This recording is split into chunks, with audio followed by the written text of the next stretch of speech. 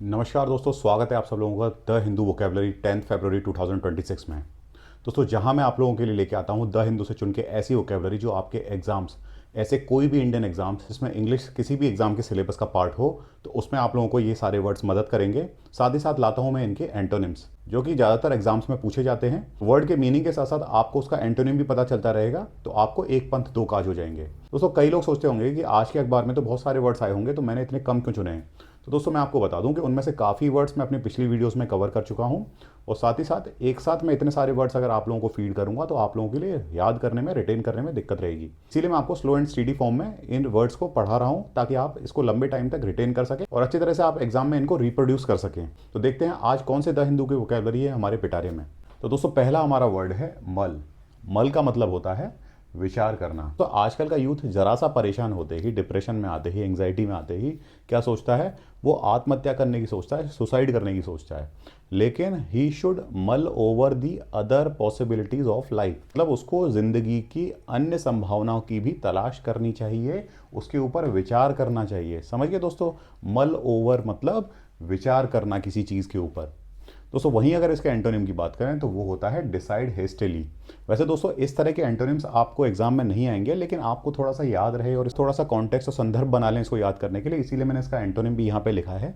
तो इसका जो एंटोनिम है वो है डिसाइड हेस्टेली, जिसका मतलब होता है जल्दबाजी में निर्णय लेना। तो मान लीजिए आप लोगों के लिए कोई रिश्ता आता है, मैं लड़कों की बात करता हूँ। मान लीजिए लड़की का रिश्ता आया और वो फोटो आपने देखा, फोटो देखने में आपको लगा कि लड़की बहुत ही खूबसूरत है, तो आप क्या करते हैं। वैसे ये बात लड़कियों पर भी लागू होती है। अगर मान लीजिए उनके लिए रिश्ता आता है, उन्हें पता चलता है कि उनका पति इतने लाखों रुपए महीने कमाता है, तो वो दोनों क्या करते हैं, वो मैरिज प्रपोजल के लिए डिसाइड हेस्टिली कर लेते हैं, मतलब वो जल्दबाजी में निर्णय कर लेते हैं। मैं लड़कों को ये बोलना चाहूँगा कि आप लोग केवल रंग रूप पे ना मरें, आप लोग लड़की के परिवार और उसके संस्कारों को भी देखें, साथ ही साथ उसके नेचर को भी देखें। वहीं लड़कियों को अगर मैं समझाऊँ तो आप पैसों के ही मत देखिए, पैसों के अलावा भी बहुत सारी चीज़ें होती हैं। वैसे फैसला आपका है, बाकी मेरा काम था समझाना। दोस्तों, अगला जो हमारा वर्ड है वो है पार्टीशन। इसको हम प्रोनाउंस पार्टीजन भी कर सकते हैं, लेकिन ब्रिटिश इंग्लिश में इसको बोला जाएगा पार्टीशन। जैसे पार्टीशन विभाजित करने को होता है, उसी तरह से इसका प्रोनाउंस करेंगे, हम उच्चारण करेंगे। पार्टीशन का मतलब होता है पक्षपाती। दोस्तों, ये जो वर्ड है ये फ्रेंच वर्ड से बना है, पार्टी से, PARTI। पार्टी का मतलब होता है पक्ष या कोई दल। तो इसी तरह से अगर मान लीजिए पक्षपाती मतलब किसी भी दल का या किसी भी पार्टी का आप पक्ष ले रहे हैं, उसकी आप साइड ले रहे हैं, तो एक तरह से ये पक्षपाती बन जाता है वर्ड। जैसे एग्जाम्पल के साथ अगर मैं इस वर्ड को समझाऊं तो दोस्तों, आप लोगों ने राजा महाराजाओं के आपने हिस्टोरिकल अकाउंट्स पढ़े होंगे, उनके बारे में उनकी हिस्ट्री पढ़ी होगी, जो उनके दरबार के भाट चारणों द्वारा लिखी जाती थी।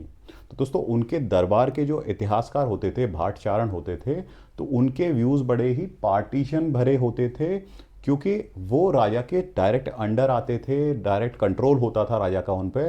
तो इसीलिए उनसे रिवॉर्ड लेने के चक्कर में, उनसे इनाम लेने के चक्कर में उनके व्यूज़ जो हैं फुल ऑफ पार्टीशन हो जाते थे। मतलब वो बड़े ही पक्षपाती नज़रिए के साथ राजा के बारे में कुछ लिखते थे। वहीं अगर इसके एंटोनिम की बात करें तो वो है इम्पार्शियल।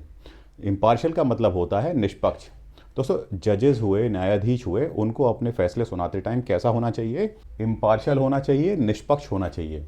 ठीक है दोस्तों, अगला जो हमारा वर्ड है वो है स्टिफलिंग। स्टिफलिंग का मतलब होता है दम घोंटू या दबाने वाला। दोस्तों, आप लोगों ने अक्सर महसूस किया होगा, जैसे मान लीजिए आप कार में जाते होंगे या किसी कैब में जाते होंगे गर्मी के समय में, या बारिश के आसपास किसी समय में जब उमस बहुत ज़्यादा रहती है, तो किस तरह से अगर मान लीजिए उसका AC नहीं चलता है, तो किस तरह का स्टिफलिंग एनवायरनमेंट आपको उस कार के अंदर मिलता है। स्टिफलिंग एनवायरनमेंट मतलब आपको वहाँ का बड़ा ही दम घोटू परिवेश मिलता है, जिससे कि आप बड़ा ही अनईजीनेस महसूस करते हैं अपने शरीर में। या फिर अगर इसको अलग एग्जांपल के साथ आपको समझाऊं तो कई आदमी किसी का स्टिफल करके मर्डर कर देते हैं। स्टिफल वर्ड है, स्टिफलिंग उसी से बना है। स्टिफल का मतलब किसी को दबाना, किसी का गला रोंदना या किसी का गला दबाना। स्टिफल करके किसी को मारना मतलब गला दबाकर किसी को मार देना या दम घोंट के किसी को मार देना। समझ गए दोस्तों। वहीं अगर इसके एंटोनिम की बात करें तो वो है रिफ्रेशिंग। रिफ्रेशिंग का मतलब होता है ताजगी देने वाला। तो एग्जाम्पल के साथ अगर इस वर्ड को समझाऊं तो जैसे मान लीजिए आप लोग कहीं नदी के किनारे जाते हैं गर्मियों में, या फिर कहीं किसी समुद्र के किनारे जाते हैं, तो जहाँ वो ठंडी ठंडी हवा बहती है तो वो बड़ी ही रिफ्रेशिंग होती है, ताजगी भर देने वाली होती है आपके अंदर। समझ गए दोस्तों, अगला जो हमारा वर्ड है वो है कैपिचुलेशन। कैपिचुलेशन का मतलब होता है आत्मसमर्पण। आत्मसमर्पण मतलब किसी के सामने अपने हथियार टेक देना, घुटने टेक देना, सरेंडर कर देना। दोस्तों जब हमारा देश आज़ाद हुआ था उसके बाद 1948 में सरदार वल्लभ भाई पटेल ने इंडियन आर्मी को भेजा था। हैदराबाद के जो नवाब थे उनको अपने में मिलाने के लिए, उस हैदराबाद स्टेट को अपने इंडिया का पार्ट बनाने के लिए। तो हैदराबाद स्टेट की जो फोर्सेस थी उन्होंने कैपिचुलेट कर दिया था। कैपिचुलेशन हो गया था उनका किसके सामने? इंडियन आर्मी के सामने, इंडियन फोर्सेस के आगे। समझ गए दोस्तों? वहीं अगर इसका एंटोनिम देखें तो वो होता है रेजिस्टेंस। रेजिस्टेंस का मतलब होता है प्रतिरोध। रानी लक्ष्मीबाई ने क्या किया था? अंग्रेज़ों के साथ, ब्रिटिशर्स के साथ रेजिस्टेंस उन्होंने कंटिन्यू किया था और उन्होंने लड़ाई लड़ी थी उनके साथ, मतलब उनका प्रतिरोध किया था, उन्होंने सरेंडर नहीं किया था। समझ गए दोस्तों? अगला जो हमारा वर्ड है वो है एड्यूलेशन। एड्यूलेशन का मतलब होता है चापलूसी या अति प्रशंसा। दोस्तों इंडिया में आप किसी भी ऑफिस में चले जाइएगा, आपको ये वाला जो गुण है, एड्यूलेशन का जो गुण है, ये बहुत ही ज़्यादा प्रेवलेंट देखने को मिलेगा, बहुत ही प्रचलन में देखने को मिलेगा। क्योंकि ज़्यादातर जो सीनियर्स होते हैं वो उन्हीं एम्प्लॉयज़ को, उन्हीं अपने सबॉर्डिनेट्स को लाइक करते हैं जो उनकी एड्यूलेशन करते हैं, मतलब उनकी चापलूसी करते हैं। समझ गए दोस्तों? वहीं अगर इसके एंटोनिम की बात करें तो वो होता है क्रिटिसिज्म।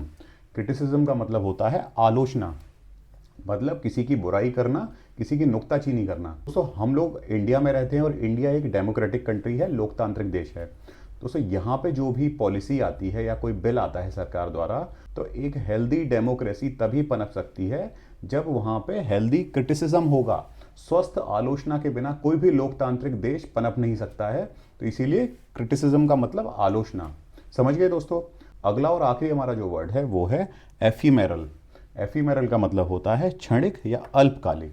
जैसे दोस्तों आप लोगों ने रोडीज देखा होगा, इंडियन आइडल देखा होगा, या सारेगामापा टाइप के, डीआईडी टाइप के आपने रियलिटी शोज देखे होंगे। तो उसके जो विनर्स होते हैं, तो काफ़ी विनर्स आप लोगों ने देखे होंगे जिनके आपको नाम भी याद नहीं है। उनका जो फेम था वो काफ़ी एफीमेरल था। समझ गए दोस्तों कि वो फेमस तो हुए एक साथ, लेकिन वो बहुत ही छोटे टाइम के लिए, क्षण भर के लिए, क्षणिक काल के लिए, अल्पकाल मतलब कम समय के लिए वो लोग फेम उनको मिला, वो फेमस हुए। तो उनका जो फेम था वो एफीमेरल कहलाएगा। समझ गए दोस्तों? वहीं अगर इसके एंटोनिम की बात करें तो वो होता है परमानेंट।